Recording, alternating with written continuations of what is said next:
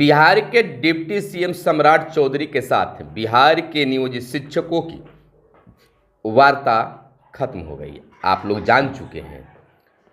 क्या बिहार के उप मुख्यमंत्री सम्राट चौधरी आश्वासन देकर नियोजित शिक्षकों से कहीं पाला तो नहीं झाड़ लिया है? हालांकि 24 घंटा 2 दिन की समय मिली है। 24 घंटा भी कहा जा रहा है, 2 दिन भी कहा जा रहा है। वार्ता को सकारात्मक बताया जा रहा है। 19 तक फार्म भरने की तिथि है।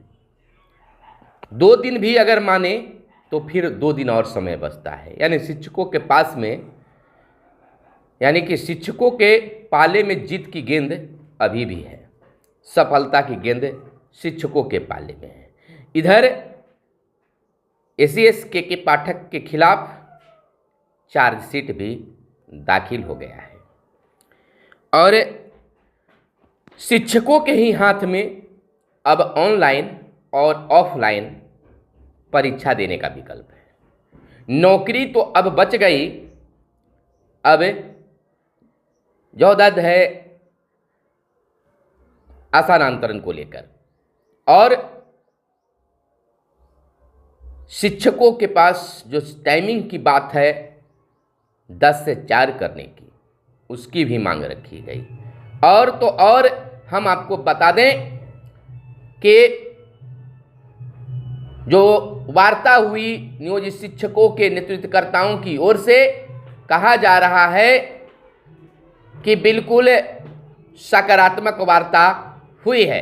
नमस्कार दोस्तों, मैं हूं आपके साथ सुनील बॉबी और आप इस समय देख रहे हैं मगध संवाद। दोस्तों, चैनल को सब्सक्राइब कर लीजिएगा।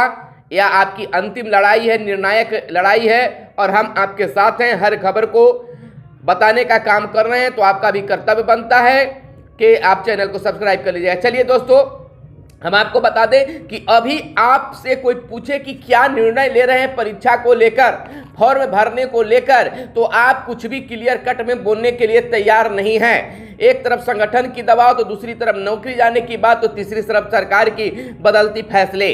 जैसा कि बीते दिन बिहार के शिक्षा मंत्री विजय कुमार चौधरी ने कहा कि नियोजित शिक्षकों को लेकर मुख्यमंत्री ने संज्ञान ले लिया है और उन्होंने कहा है कि जो शिक्षक ऑफलाइन परीक्षा देना चाहते हैं उनके लिए ऑफलाइन की व्यवस्था की जाए, क्योंकि इतने साल नौकरी कर लिए हैं, अब तक कंप्यूटर पर न गए तो उनकी भी समस्या है।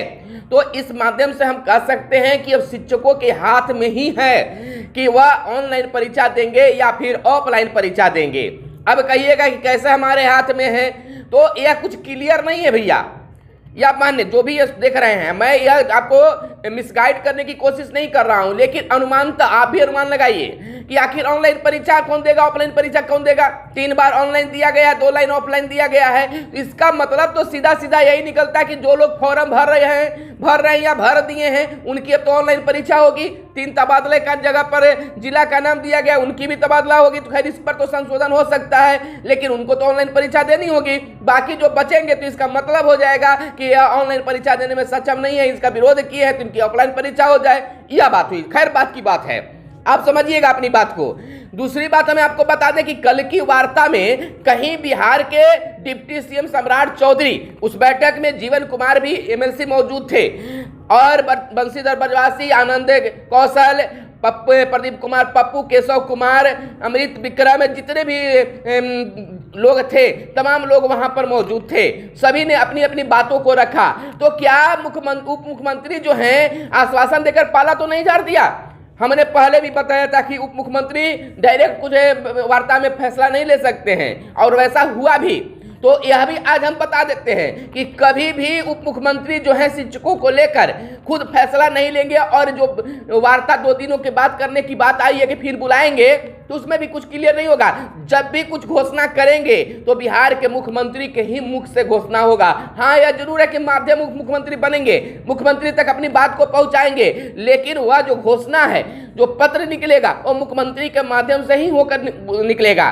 तो यह आश्वस्त रखिए। लेकिन यह बिल्कुल हर बार की तरह यह शिक्षकों के द्वारा, नेतृत्वकर्ताओं के द्वारा कहा जा रहा है कि वार्ता जो है बिल्कुल सकारात्मक हुआ है। कब नहीं कहा गया, हर बार कहा गया है। फिर भी विश्वास रखना है अपने नेतृत्वकर्ताओं पर। और रास्ता ही शिक्षकों के पास क्या है। लेकिन हम भी या मैं भी यह कह रहा हूं कि नियोजित शिक्षकों की जीत होगी उनकी बातों पर। जैसे देखिए, पहले नौकरी को लेकर उधेड़-बुन थी, लेकिन अब तो यह शिक्षा मंत्री खुद प्रेस कॉन्फ्रेंस करके कल कह दिया कि यह कभी नहीं बात आई है कि इनकी नौकरी चली जाएगी, चाहे परीक्षा दें या नहीं दे। यह तो केवल शिक्षा विभाग के द्वारा निकाला गया था मुख्यमंत्री से मंतव्य लेने के लिए, सत्ता पद से मंतव्य लेने के लिए, तो उस पर तो कुछ विचार हुआ नहीं है, तो नौकरी जाने की बात कहे, तो ये तो क्लियर हो गया। अब बच गई आपकी ऑनलाइन परीक्षा ऑफलाइन में बदलने के लिए, और दूसरा स्थानांतरण, ऐच्छिक स्थानांतरण की मांग है, सामूहिक स्थानांतरण की मांग नहीं है, तो इस पर भी विचार तो होना ही है। यह कोई बड़ी चीज अब नहीं रह गई है, नौकरी बच गई, स्थानांतरण भी रुकेगी, यह क्लियर है। अब परीक्षा ऑफलाइन के लिए थोड़ा सा जवाबदद है। अब यह तो आ गया है कि दो चीजें निकल कर आ गया, ऑनलाइन ऑफलाइन। अब इसको सामूहिक ऑफलाइन करने की जरूरत है।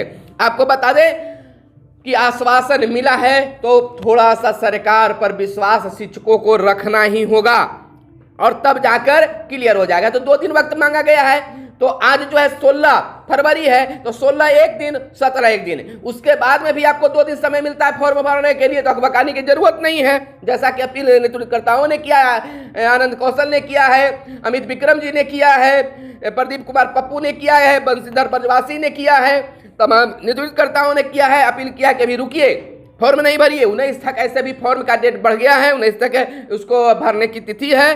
और एक बहुत बड़ी खबर निकल कर आ रही है कि 1 घंटा तो बैठक चली, जब उसके बाद बाहर बंशीधर ब्रजवासी निकलते हैं और नेतागण निकलते हैं, तो मीडिया के सामने ऐलान कर देते हैं कि मोगम्बो के खिलाफ, यानी कि के पाठक के खिलाफ संगठन के द्वारा चार्जशीट दाखिल कर दिया गया है। तो चार्जशीट में क्या कुछ है हम बताएंगे अगले वीडियो में कि पूरी चार्जशीट में क्या क्या दाखिल किया गया, यानी कि जो भी उनके द्वारा आदेश फैसला लिए गए उसके खिलाफ किया गया है। खैर, ये बात की बात है, शिक्षकों को फिलहाल जो है विश्वास बना के रखना है, आगे की सोच रखनी है। लेकिन फिलहाल जो है आपकी जीत पक्की बताई जा रही है, आप जीतेंगे और आपकी मांगों पर विचार होगा और आप बिल्कुल सफल होंगे।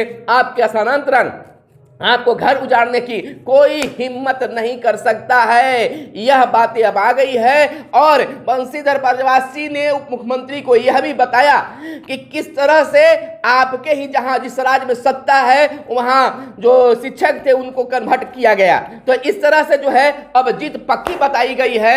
और आप थोड़ा सा 2 दिनों तक सब्र जरूर रखें और बताएं कि आप अभी क्या सोच रहे हैं।